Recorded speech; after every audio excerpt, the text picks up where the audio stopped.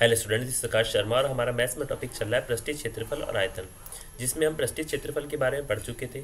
घन का पृष्ठीय क्षेत्रफल क्या होता है, घनाभ का पृष्ठीय क्षेत्रफल क्या होता है, हमारा शंकु का, हमारा बेलन का, हमारा गोले का पृष्ठीय क्षेत्रफल क्या होता है, उनके सरफेस एरिया के बारे में अच्छे से पिछली कक्षाओं में हम पढ़ चुके थे और उसके आयतन के बारे में भी हम पढ़ चुके हैं। आइए, और काफ़ी सारे हम अभ्यास प्रश्नों को, प्रैक्टिस क्वेश्चंस को भी कर चुके हैं। अर्धगोला, गोला, हमारे सारे क्वेश्चंस हो चुके हैं। आइए कुछ इंपॉर्टेंट क्वेश्चन एंड आंसर्स को इस कक्षा में करते हैं और समझते हैं कि कौन कौन से हमारे इंपॉर्टेंट क्वेश्चंस हैं, कौन कौन सी चीज़ें हैं जिन्हें हम कर सकते हैं अपने कोर्स में।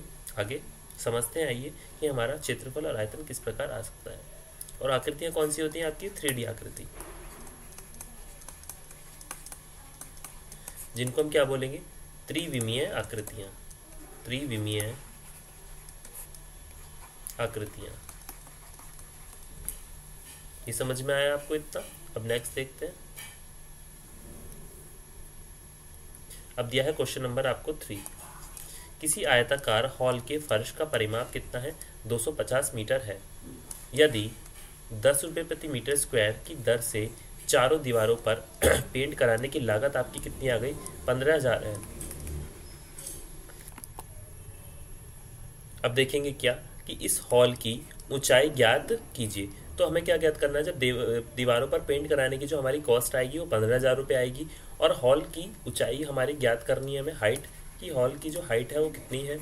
अब संकेत आपको क्या दिया गया है? चारों डिब्बों का क्षेत्रफल बराबर है पार्श्वीय पृष्ठीय क्षेत्रफल के बराबर। ये आपको क्या दिया गया है? संकेत दिया गया है इसके बारे में। अब माना कैमरे की लंबाई कितनी है? LM, चौड़ाई कितनी है? BM और ऊंचाई कितनी है? HM, क्योंकि हमें लंबाई चौड़ाई गुणाई नहीं दी गई। अब फर्श का परिमाप आप निकालेंगे तो फर्श का परिमाप आपका आ जाएगा 2 लंबाई जमा चौड़ाई। क्या आ जाएगा? फर्श का परिमाप क्या हो गया आपका? 2 लंबाई जमा चौड़ाई। तो प्रश्नानुसार हम क्या लेंगे? 2 लंबाई जमा चौड़ाई। परिमाप आपको दिया गया है कितना? 250 मीटर। देखिए यहाँ पर आपको परिमाप दिया गया है फर्श का। अब देखेंगे समीकरण नंबर 1 मानेंगे इसको। अब प्रश्न अनुसार देखेंगे चारों दीवारों का क्षेत्रफल। तो चारों दीवारों का क्षेत्रफल क्या होता है हमारा?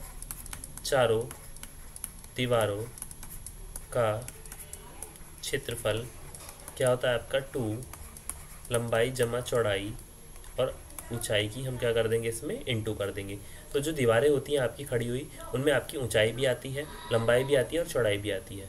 तो 10 रुपये प्रति मीटर स्क्वायर की दर से चारों दीवारों पर पेंट कराने की लागत कितनी हो जाएगी आपकी? 2 लंबाई जमा चौड़ाई इंटू ऊंचाई इंटू 10। तो 10 रुपये प्रति मीटर की दर से तो आपने 10 में उसकी इंटू कर दी। तो कितना है हमारा? समीकरण नंबर 1 से हमने लिया है। तो कितना था आपका? 250H into 10। तो कितना आ गया हमारा प्रश्न अनुसार? 2500 आ गया इसका। इसके बराबर आ गया आपका। लागत कितनी आ गई? 15,000 रुपये। तो H का मान आप निकाल लेंगे कैसे? 15,000 को डिवाइड करेंगे हम 2500 से, तो हाइट कितनी आ जाएगी हमारी? 6। अतः इस हॉल की ऊंचाई, इस हॉल की ऊंचाई कितनी आ जाएगी आपकी? 6 मीटर आ जाएगी। ये बात आपकी क्लियर होती है? अब देखेंगे आगे नेक्स्ट। देखिए क्वेश्चन हमने समझ लिया अच्छे से। अब देखते हैं क्वेश्चन नंबर नेक्स्ट। अब देखिए क्वेश्चन नंबर दिया गया है नेक्स्ट। एक लंबवृत्तीय बेलन का वक्र पृष्ठीय क्षेत्रफल 4.4 मीटर स्क्वायर है। यदि बेलन के आधार की त्रिज्या कितनी है? R 0.7 मीटर है, तो उसकी ऊंचाई ज्ञात कीजिए। तो हमें क्या ज्ञात करनी है? हाइट। हमें इसकी हाइट, ऊंचाई के बारे में ज्ञात करना है कि उसकी ऊंचाई कितनी है। अब बेलन का वक्र पृष्ठीय क्षेत्रफल कितना है? 4.4 मीटर स्क्वायर। त्रिज्या क्या हो गई? R कितनी है? 0.7 मीटर है। माना बेलन की ऊंचाई H कितनी आ गई? M। तो बेलन की ऊंचाई को हमने क्या माना? H मान लिया। H metre. क्या मान लिया? H metre. अब बेलन का वक्र पृष्ठीय क्षेत्रफल क्या होता है आपका? 2πRH। 2πRH। तो क्या आ गया आपका? 4.42, माई का मान हम रख दिया 22/7 और ये आ गया आपका 0.7 और ये आ गया आपकी ऊंचाई। और ये आ गया आपका 4.4 इज इक्वल टू 4.8, ये आ गया एच। तो आपका क्या आ गया, किस प्रकार आ गया, एच की वैल्यू आपकी आ गई, एच आ गया आपका H is equal to 1 metre. अब बेलन की ऊंचाई आप देखेंगे 1 मीटर, तो बेलन की ऊंचाई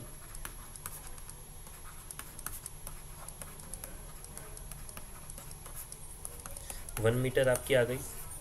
अब नेक्स्ट देखते हैं, अब देखते हैं 8th, गर्म पानी द्वारा गर्म रखने पर एक संयंत्र में 28 मीटर लंबाई और 5 सेंटीमीटर व्यास वाला एक बेलनाकार पाइप है। कैसा है, बेलन के आकार का पाइप है।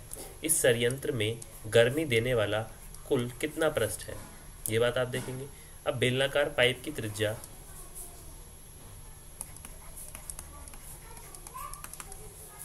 5/2 सेंटीमीटर है, मतलब 2.5 सेंटीमीटर, तो 0.025 मीटर। लंबाई कितनी हो गई, 28 मीटर। अब बेलनाकार पाइप का कुल पृष्ठीय क्षेत्रफल, तो पृष्ठीय क्षेत्रफल आपका क्या हो जाएगा, पृष्ठीय क्षेत्रफल 2πr r प्लस एच, तो कितना आ गया आपका 2 इंटू 22/7 इंटू 0.025 इंटू 0.025 प्लस 28।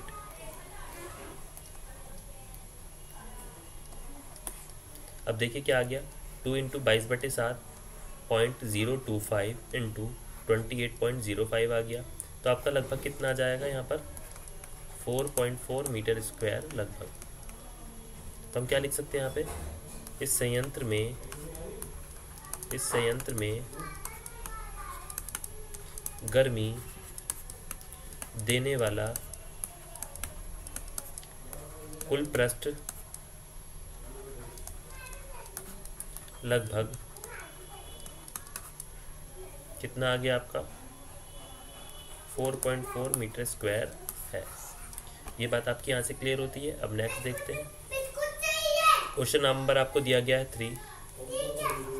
एक शंकु का वक्र पृष्ठीय क्षेत्रफल 308 सेंटीमीटर स्क्वायर है और इसकी त्रियक ऊंचाई हम मानते हैं एल को, एल कितनी हो गई सेंटीमीटर, क्षेत्रफल आ गया आपका 308 सेंटीमीटर स्क्वायर है। ज्ञात कीजिए नंबर 1 आधार की त्रिज्या r और सेकंड शंकु का कुल पृष्ठीय क्षेत्रफल क्या होगा। अब नंबर 1 देखिए, यहाँ पर क्या आ गया आपका शंकु का वक्र पृष्ठीय क्षेत्रफल कितना आ गया 308 सेंटीमीटर स्क्वायर। त्रियक ऊंचाई कितनी आ गई आपकी, तो त्रियक ऊंचाई आपकी क्या आ गई इसमें 14 सेंटीमीटर, माना शंकु के आधार की त्रिज्या क्या आ गई r सेंटीमीटर और पृष्ठीय क्षेत्रफल आपको दिया गया है 308 सेंटीमीटर स्क्वायर। अब शंकु का वक्र पृष्ठीय क्षेत्रफल क्या होता है, शंकु का वक्र पृष्ठीय क्षेत्रफल क्या आ गया आपका πr l आ जाता है। अब देखेंगे कितना 308 आपको दिया गया है, तो आप रख देंगे 22/7 इंटू r की वैल्यू आपको नहीं पता इंटू 14, तो हम निकाल लेंगे यहाँ से r की वैल्यू। तो ये क्या हो गया आपका 308 और 22 दूनी क्या आ गया आपका 44 r आ गया। अब r की वैल्यू निकालने के लिए 308 को कर देंगे डिवाइड 44 से, तो ये पूरा कट जाएगा 7 से, तो 7 सेंटीमीटर आ गया। तो r क्या आ गया 7 सेंटीमीटर। अतः शंकु के आधार की त्रिज्या कितनी आ गई आपकी 7 सेंटीमीटर। अब सेकंड क्या है, शंकु का कुल पृष्ठीय क्षेत्रफल कितना आ गया πr r प्लस l। अब देखिए 22/7 इंटू 7 प्लस 14 और ये आ गया 22 इंटू 21 कितना आ गया 22 इंटू 21, तो कितना आ गया आपका 462 सेंटीमीटर स्क्वायर। अतः शंकु का कुल पृष्ठीय क्षेत्रफल आपका आ गया 462 सेंटीमीटर स्क्वायर है। ये बात आपकी अच्छे से क्लियर हो गई कि शंकु का पृष्ठीय क्षेत्रफल आ गया हमारा 462 सेंटीमीटर स्क्वायर। अब नेक्स्ट देखते हैं, क्वेश्चन नंबर आपको दिया गया है 5। 8 मीटर चौड़ाई और आधार की त्रिज्या कितनी दी गई है 6 मीटर वाले एक शंकु के आधार का तंबू बनवाने में 3 मीटर चौड़े तिरपाल कि कितनी लंबाई लगेगी, यह मानकर चलिए कि इसकी सिलाई और कढ़ाई में तो आप देखिए कि तिरपाल अतिरिक्त लगेगा। कितना तिरपाल लगेगा? अब पाई का मान इसमें दिया गया है क्या? 3.14। ये बात आपने देख ली। अब शंकु की त्रिज्या कितनी आ गई?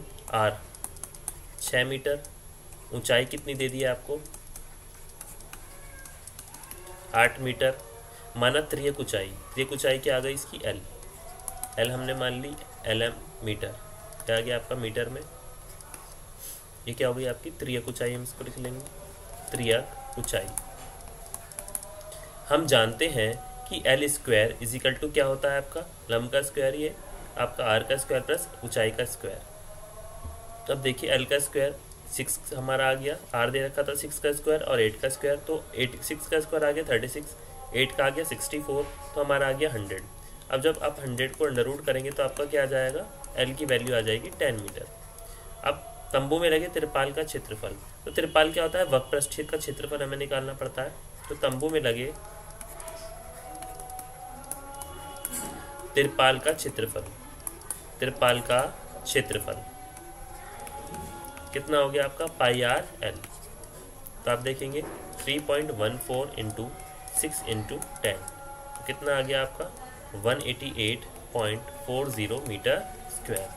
ये बात आपकी क्लियर होती है। तो हमारा अतिरिक्त कितना लगेगा आपका? इसमें हमने देख लिया कि हमने तंबू की लंबाई कितनी लगेगी, तो आपकी इतनी लंबाई लगेगी आपके क्षेत्रफल में। अब माना 3 मीटर चौड़े तिरपाल की लंबाई एल कितनी है? एल मान ली, इसलिए अतिरिक्त तिरपाल का क्षेत्रफल, क्षेत्रफल का क्षेत्रफल कितना आ गया? 3 इंटू एल आ गया। ये बात समझ में आ गई। अब प्रश्न अनुसार क्या है? 3 इंटू एल आपको दिया गया, तिरपाल का क्षेत्रफल 188.40 और एल क्या है आपका? 188.40 अपॉन 3, तो क्या आ गया आपका? 62.80 मीटर। अब सिलाई और कढ़ाई में लगा अतिरिक्त तिरपाल, तो कितना तिरपाल लगा? 20 सेंटीमीटर, तो 0.20 मीटर इसमें तिरपाल लगा है आपका। इसलिए तिरपाल की कुल लंबाई, तो तिरपाल की कुल लंबाई आपकी कितनी हो गई? 62.80 प्लस 0.20, तो 63 मीटर आ गया ये। अतः तंबू बनाने में 3 मीटर चौड़े तिरपाल की 63 मीटर लंबाई लगेगी। तो तंबू बनाने में 3 मीटर चौड़े तिरपाल की 63 मीटर लंबाई लगेगी। ये बात आपको क्लियर हो गई। अब देखिए क्वेश्चन नंबर आपको 4 दिया गया है। एक गोलाकार गुब्बारे में हवा भरने पर उसकी त्रिज्या 7 सेंटीमीटर और 14 सेंटीमीटर हो जाती है। इन दोनों स्थितियों में गुब्बारे के पृष्ठीय क्षेत्रफलों का अनुपात ज्ञात कीजिए। अब पहली स्थिति में आप क्या देखेंगे? गुब्बारे की त्रिज्या आर कितनी गई है आपको? 7 सेंटीमीटर। गुब्बारे का पृष्ठीय क्षेत्रफल कितना आ गया? 4 पाई आर स्क्वायर। तो क्या आ गया आपका? 4 इंटू 22/7 इंटू 7 इंटू 7, तो क्या आ गया आपका? 4 इंटू 22 इंटू 7, तो हमने क्या लिख दिया? 616 सेंटीमीटर स्क्वायर। अब गुब्बारे का पृष्ठीय क्षेत्रफल आपका कितना आ गया? 616 सेंटीमीटर स्क्वायर। क्या आ गया? ये पृष्ठीय क्षेत्रफल। दूसरी स्थिति में पहले गुब्बारे का आर क्या आ गया? 14 सेंटीमीटर दिया गया है। फिर गुब्बारे का पृष्ठीय क्षेत्रफल आपका 4 पाई आर स्क्वायर दिया गया है, तो आपका आ गया इस प्रकार 14 रख दिया मान, तो 4 इंटू 22 2 इंटू 14 क्या आ गया? 2464 सेंटीमीटर स्क्वायर। अतः गुब्बारे का पृष्ठीय क्षेत्रफल कितना आ गया? 2464 सेंटीमीटर स्क्वायर है। पृष्ठीय क्षेत्रफल का अनुपात आप निकाल लेंगे, 616 और ये आ गया 2464, तो क्या आ गया? 1/4। अतः क्षेत्रफलों का अनुपात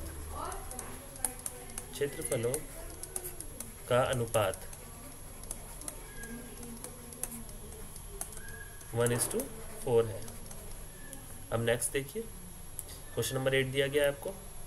एक गोलाकार कटोरा 2.5 सेंटीमीटर मोटी स्टील से बना है। इस कटोरे की आंतरिक त्रिज्या 5 सेंटीमीटर है और गोले की बाह्य वक्र पृष्ठीय क्षेत्रफल ज्ञात कीजिए। अब देखिए आपको दिया गया है, इसका एरिया भी दिया गया है इस प्रकार। कटोरे की आंतरिक त्रिज्या आर क्या है, 5 सेंटीमीटर, मोटाई दी गई है इतनी, और बाहरी त्रिज्या आपको दी गई है, ये आपने टोटल कर लिया। अब कटोरे का वृत्तपृष्ठीय क्षेत्रफल 2πr², पूरा मान हमने इसमें रख दिया, तो क्या आ गया 173.25 सेंटीमीटर स्क्वायर। तो कटोरे का बाह्य वृत्तपृष्ठीय क्षेत्रफल आ गया आपका इतना निकल के। तो आज हमने क्या सीखा कि हम किस प्रकार से अर्धगोले के क्वेश्चंस को किया, उसके बारे में समझा, उसके आयतन के बारे में, अर्धगोले के किस प्रकार के क्वेश्चंस इस चैप्टर में बन सकते हैं, उसके बारे में हमने सारे प्रश्नों को पढ़ा। आगे का हम नेक्स्ट क्लास में सीखते हैं। आज के लिए थैंक यू।